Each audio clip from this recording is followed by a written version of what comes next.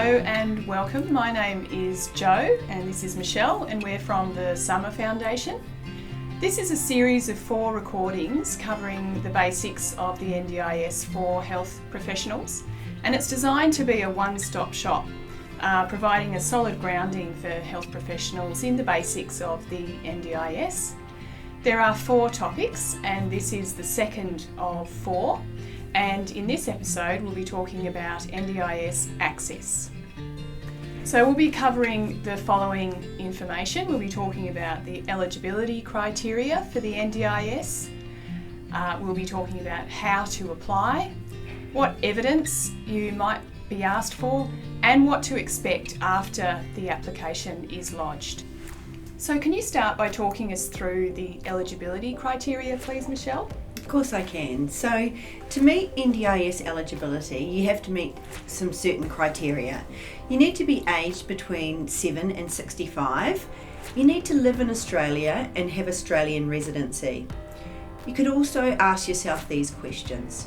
Do you usually need support or specialised equipment because of your permanent and significant disability? And do you need some support now to reduce your future need of support? I'm now going to talk about how to apply. So that is making an access request. There are 2 ways to make an access request. The first is you can make a verbal access request called a VAR, or you can fill out a paper version called an access request form or an ARF. As part of the access request process, people will be asked a number of questions. So you'll need to provide age and residency evidence. The best way to do this is to give consent to the NDIA to share your Centrelink reference number. If you don't have a Centrelink reference number, you'll be asked to provide proof of identity. If you've given someone authority to act on your behalf, they will also have to confirm their identity. The NDIA will then ask questions about whether or not you meet the access requirements. And as mentioned earlier, this includes age, residency status and disability. Finally, there'll be questions about your consent to share information with other organisations that you interact with. I've talked about some of the basic information covered off in the access request. Can you tell us somewhat more about the supporting evidence that is required? Sure. So as a person supporting an individual to make an access request, you may be asked to contribute to Part F of the access request form.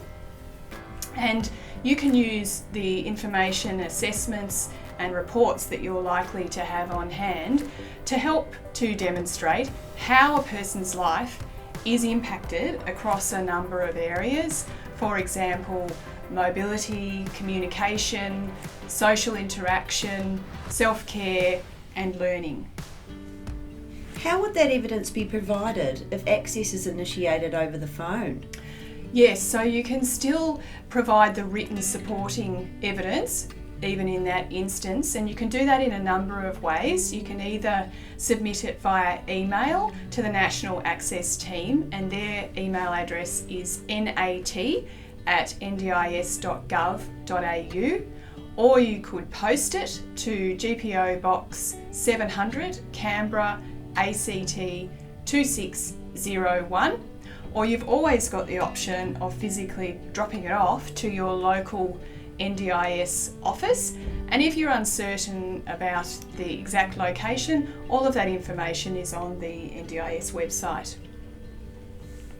So in thinking about the evidence that we're providing, Michelle, what are some of the things that you think people need to remember when providing that evidence? So it's really important that you describe the participant under all circumstances or situations so that appropriate support can be considered both on their best days as well as their worst days. We also need to use NDIS terminology, and if you want further information, this was discussed in the overview webinar. Using NDIS language will avoid misunderstanding. You should also use strong, clear and concise language. This will mean that the NDIA do not get confused about whether they meet the eligibility criteria or not. You should avoid using discipline-specific language. NDIS staff read information from a wide variety of professionals and sectors. Finally, avoid a focus on the diagnosis. Instead, focus more on the impact of the disability on function, mobility, and cognitive status. So people often say that providing good evidence will help the NDIA to make a decision and to make that decision quickly. Can you explain more about what is considered good evidence? So good evidence is recent, so we recommend that it has been completed 12 months before the access request is made. It should be completed by a trained health professional who is relevant to the primary disability.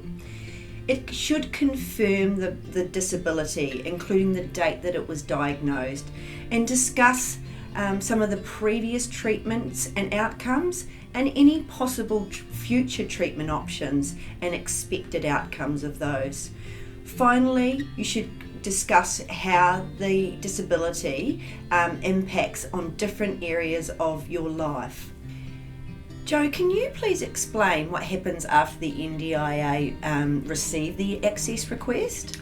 Sure, so once the information is received, it's reviewed against the NDIS Act. And the NDIA have 21 days to make an access decision. The participant during that time may be asked to provide additional evidence, and the participant will always be notified in writing of the access decision once it's made. So it's possible that they may receive a phone call or verbal notification, but they should always receive that written confirmation as well. And if a person is found to be not eligible, and then subsequent to that additional evidence becomes available, the NDIA can reassess that person's eligibility within 3 months of the initial access request. The other option is to seek a formal review of the original access request decision, and in so doing you'd be providing that new evidence. If it's after 3 months since the initial access request, you basically would generate a completely new access request. So to recap, we've talked in this episode about accessing the NDIS and provided detail about the eligibility criteria, how to make an access request, what information you provide to support that application, and what happens once that access request is made. The Summer Foundation have a number of resources on the website which can provide more detail about these topics, and specifically I'm thinking of the step-by-step guide, how to fill in the NDIS access request form, as well as a resource called Getting the Language Right. Coming up in the next episode, Andrew and I will talk about planning.